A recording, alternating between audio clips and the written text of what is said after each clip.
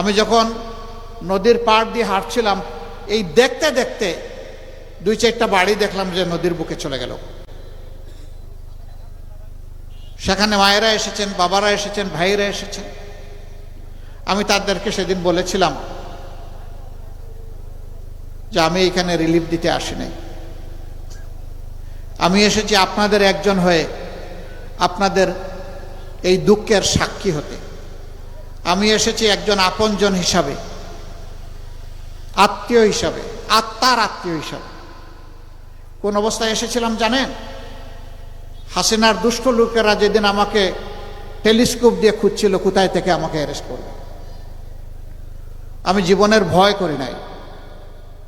সেই বন্যায় আমার সহকর্মীদেরকে নিয়ে আমি গোলাপানিতে ঝাঁপিয়ে পড়েছিলাম। আমি বলেছিলাম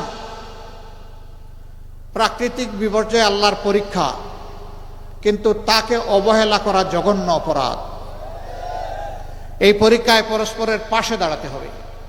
মূল দায়িত্ব ছিল সরকারের।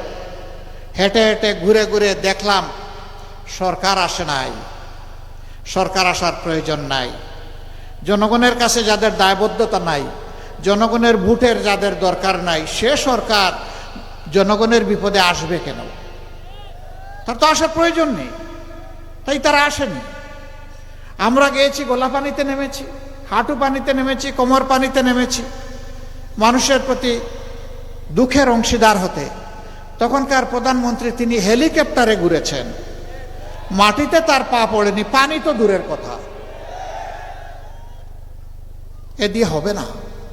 এই দুঃখী বাংলাদেশের চোখের পানি মুছে দিতে হলে ওই পানিতেই নামতে হবে। আমরা পরোয়া করিনি জেল জুলুম হরানিকে, কারো রক্তচক্ষুকে। আমরা আল্লাহর পর ভরসা করে বাংলাদেশের এক মাথা থেকে আরেক মাথায় দৌড়াদৌড়ি করেছি। যেখানেই মানুষের বিপদ সেখানেই আমাদের উপস্থিতি। আমাদের সহকর্মীরা দারুণভাবে আমাকে ঋণী করেছেন। সামান্য একটু ইশারা দিয়েছি, ঝাঁপিয়ে পড়েছেন, আলহামদুলিল্লাহ। সেই সময়টা তো আর নির্বাচন ছিল না রে ভাই, সেই সময়টা ছিল মানবতা। আমরা ওই মানবিক বাংলাদেশটা গড়তে চাই। আমরা যুবক ভাইদেরকে বলবো তোমাদের কাছে আমরা ঋণী, যুবতী বোনদেরকে বলবো তোমাদের কাছে আমরা ঋণী। আমরা 15.5 বছর লড়াই করেছি, আমরা কিছুই করতে পারিনি। জীবন দিয়েছি, আয়নাগরের সঙ্গী হয়েছি, পঙ্গু হয়েছি, জেলে গিয়েছি দফায় দফায়, মায়েরাও গিয়েছে, এমনকি অবুজ শিশু সহ জেলে যেতে হয়েছে। এমন দুর্ভাগ্য আমাদের, যা থেকে 15.5 বছর এইরকমই বুক করতে হয়েছে। আসুন 15 তারিখের পরে একটু শপথ নেই না যে নিজে বদলিব, দেশকে বদলাই দেব ইনশাল্লাহ। ভালো মানুষ হব, ভালো মানুষের দেশ গড়ব। যুবকদের হাতে বেকার ভাতা দিয়ে অপমানিত করব না, যুবকদের হাতে কাজ তুলে দেব ইনশাল্লাহ। এখানে special economic zone, double rail line, নদী ভাঙ্গনের উপযুক্ত ব্যবস্থা নেওয়া, তারপরে নকশিপল্লী গড়ে তুলে মায়েদেরকে স্বস্তির সাথে কর্মসংস্থানের সম্মানজনক ব্যবস্থা করে দেওয়া সহ মেডিকেল কলেজ হাসপাতালকে তার কাঙ্ক্ষিত মানে পৌঁছায় দেওয়া। যে দাবিগুলো এখানে করা হয়েছে সবগুলা যৌক্তিক দাবি। কথা দিচ্ছি আপনাদের টাকা আপনাদের কাজে লাগবে ইনশাআল্লাহ। এই টাকায় হাত দিব না, চুরি করব না, লুণ্ঠন করব না, ব্যাংক খালি করব না, শেয়ার মার্কেট লুণ্ঠন করব না, চাঁদা তুলব না, দুর্নীতি করতে দিব না।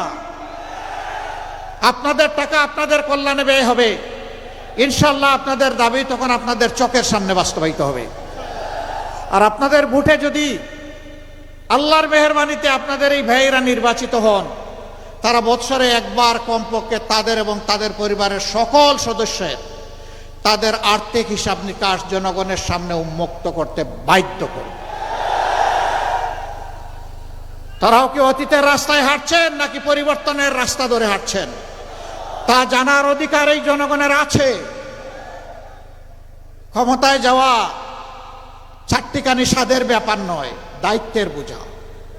সেই বোঝা ঘাড়ে নিয়ে মানুষের প্রতি দায়বদ্ধতা নিয়ে কাজ করতে হবে ইনশাআল্লাহ। যুবক যুবতীদেরকে যেমন আমরা হাত মজবুত করে দিব শিক্ষা প্রশিক্ষণের মাধ্যমে, তেমনি দেশ গড়ার কারিগর হিসাবে তাদের হাতে বাংলাদেশও তুলে দেব ইনশাআল্লাহ।